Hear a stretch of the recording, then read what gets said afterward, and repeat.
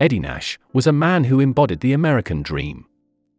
After emigrating from Palestine to California in the 1950s, he briefly ran a hot dog stand, before transforming himself into the owner of a sprawling nightclub empire. But Nash was also a cocaine trafficker, which introduced him to the adult entertainment scene of 1970s, and befriending the notorious porn star and drug runner, John Holmes.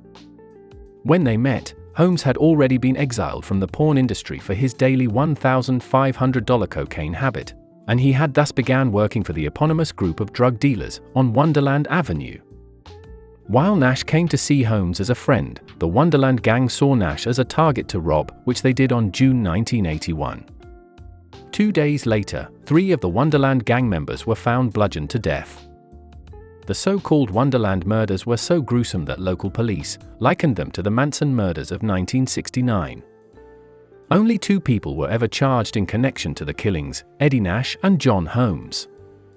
Ultimately, both would be acquitted, but only after providing an eerie glimpse into Los Angeles' seedy underbelly. Born Adel Garib Nasrallah on April 3, 1929, in Ramallah, Palestine, Eddie Nash belonged to a wealthy family that owned 48 hotels. But Israel's creation in 1948 saw his family displaced to a refugee camp and his brother-in-law killed by Israeli soldiers. Nash consequently fled to the US in the 1950s with only $7 to his name. Nash's networking and work ethic eventually landed him a slew of nightclubs and restaurants across the city by the 1970s. Meanwhile, 8763 Wonderland Avenue in Laurel Canyon became the headquarters for the titular gang of drug dealers, whom Nash would soon come to know, and regularly hosted John Holmes. By 1980, Holmes was unemployed, stealing luggage from LAX, boosting cars, and frequently running drugs for the Wonderland Gang to pay for his addiction. He would also trade stolen goods for cocaine with Nash, and they became good friends. But then in the summer of 1981, Holmes found himself deeply indebted to the leader of the Wonderland Gang, Ron Launius. To pay them off, Holmes offered up his friend Nash, saying he could get them into his multi-million-dollar home and rob him.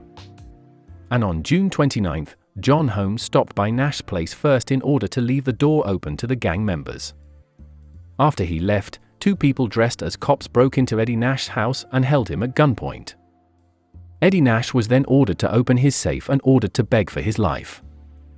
Nash reportedly asked permission to pray, and then he was bound and blindfolded. The robbers made off with $1.2 million in cash, drugs, jewelry, and guns. Nash immediately suspected Holmes. Eddie Nash was a powerful presence in the underworld of Los Angeles. As one Wonderland Gang member recalled after the robbery, the certain type of dope dealer you didn't rob was Mr. Nash. According to one of Nash's clients, the club owner ordered his bodyguard to beat Holmes until the porn star gave him an address to the Wonderland Gang. 2 days later, that address became a slaughterhouse. On July 1, 1981, police arrived at Wonderland Avenue as movers next door heard noises from the house. Inside, they found the blood-soaked and bludgeoned bodies of the home's leaseholder Joy Miller, her lover Billy DeVerrell, Wonderland Gang leader Ron Launius, and the girlfriend of another gang member. Launius' wife narrowly survived the assault, but her skull had been bashed in so thoroughly that she suffered amnesia. With no evidence of breaking and entering, it appeared the murders were an inside job. That suspicion was confirmed when police discovered a bloody handprint on one of the walls and matched it to John Holmes.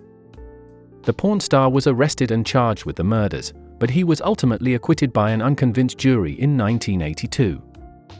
Holmes would die of AIDS-related complications in 1988, but not before calling Eddie Nash the most evil man I've ever known. Indeed, come 1990, Nash was charged with the Wonderland Murders too, but he escaped justice by bribing a juror into a hung jury.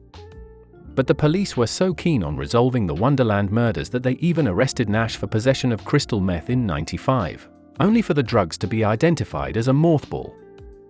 On May 19, 2000, a 16-count indictment including drug trafficking, money laundering, and bribery charges saw Eddie Nash arrested at his California home. He was offered a plea deal in 2001 and served only 1 year in prison. In the end, Eddie Nash admitted to ordering his men to retrieve his belongings from the Wonderland Gang. He never confessed to ordering their murders, however, and the truth died with him on August 9, 2014.